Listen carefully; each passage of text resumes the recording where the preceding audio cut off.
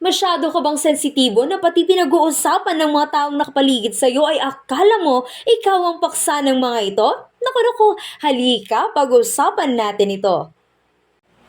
Paalala lamang na wala tayong pinariringgan, nagkataon lamang na isa ito sa ating mga naging karanasan at nais ko lamang ibahagi sa inyo kung papaano ko nga ba ito nilabanan.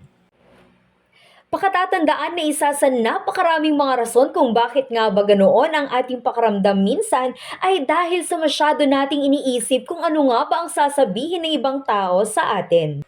Ngunit kapag ikaw ay nagkaroon ng mas malawak na pangunawa na hindi lang naman sa iyo umiikot ang mundo at hindi rin lang ikaw ang nakikita ng mga ito, ay mas madali mo nang tatanggapin ang bawat kaganapan sa iyong kapaligiran.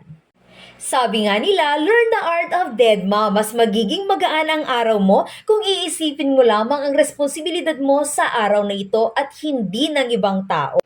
Kaya nga may katotohanan man o wala ang iyong mga haka-haka, hayaan mo sila tulad nga ng sabi ng isang kanta. At syempre, kinakailangan na maging secure din ang iyong sarili sa kung sino ka nga ba bilang isang tao. Dahil kapag insecure ka, talagang papansinin mo lahat ng kaganapan na nasa kapaligiran mo.